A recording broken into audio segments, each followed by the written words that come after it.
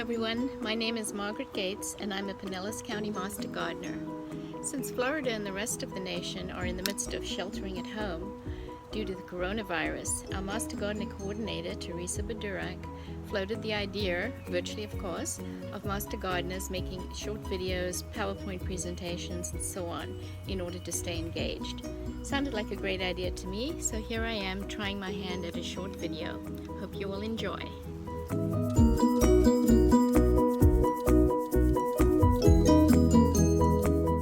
Recently read where British author Elizabeth Lawrence said, "There is a garden in every childhood." So I got to thinking, does my current garden reflect things from my childhood garden? A little bit of sleuth work later, and the answer was a definite yes.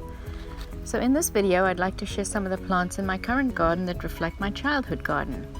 This childhood garden was in South Africa, where I lived mostly for the first 30 years of my life.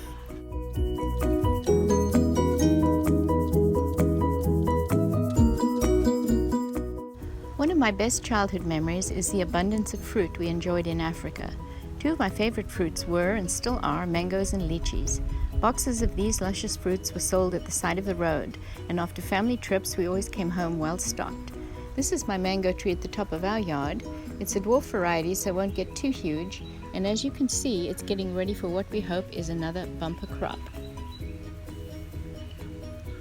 Here is our dwarf lychee tree. It's been in the ground less than a year, so has yet to bear fruit. These two fruit trees are not native South Africans, but they are native to Asia and China. They are also on the Florida friendly list.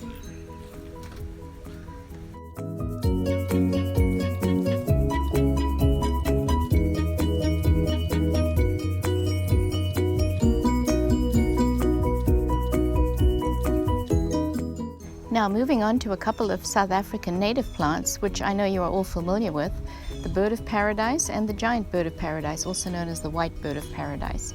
These are both South African native plants and also are on the Florida friendly list. My bird of paradise is not blooming right now, it's been pretty dry, but here it is. It's a great poolside plant because of its lack of shedding and low maintenance.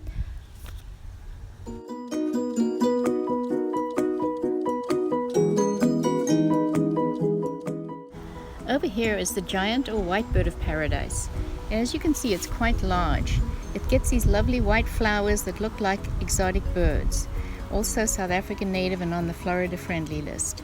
Both of these birds of paradise are commonly found in South African gardens. Over here is the African iris. Ours is the yellow variety. Also a South African native and also on the Florida friendly list. I should mention that to be designated as a Florida-friendly plant, the plant must be in the Florida-friendly database put together by the University of Florida.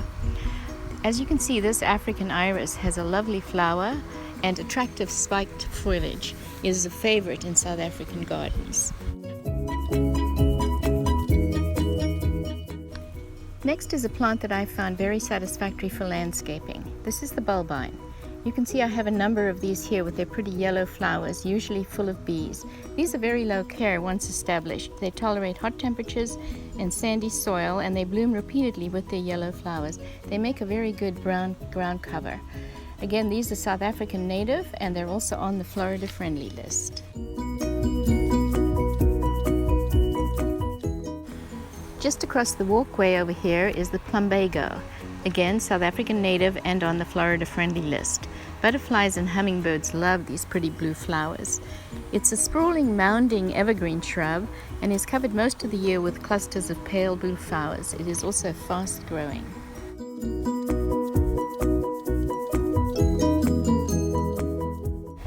This is our agapanthus, also called lily of the Nile.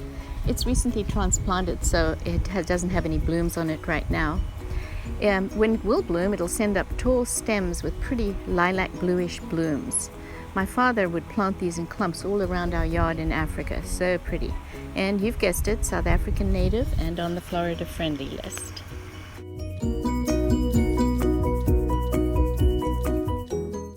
The last plant that I want to show you today is one that I definitely have an emotional attachment to, the beautiful cosmos. These annuals bloom wild at the side of the road in Africa, making for a gorgeous, colorful landscape. You can see the fabulous colored flowers and the feathery leaves. I was surprised to find this one is neither on the Florida friendly list nor is it a South African native. It hails from Mexico and South America.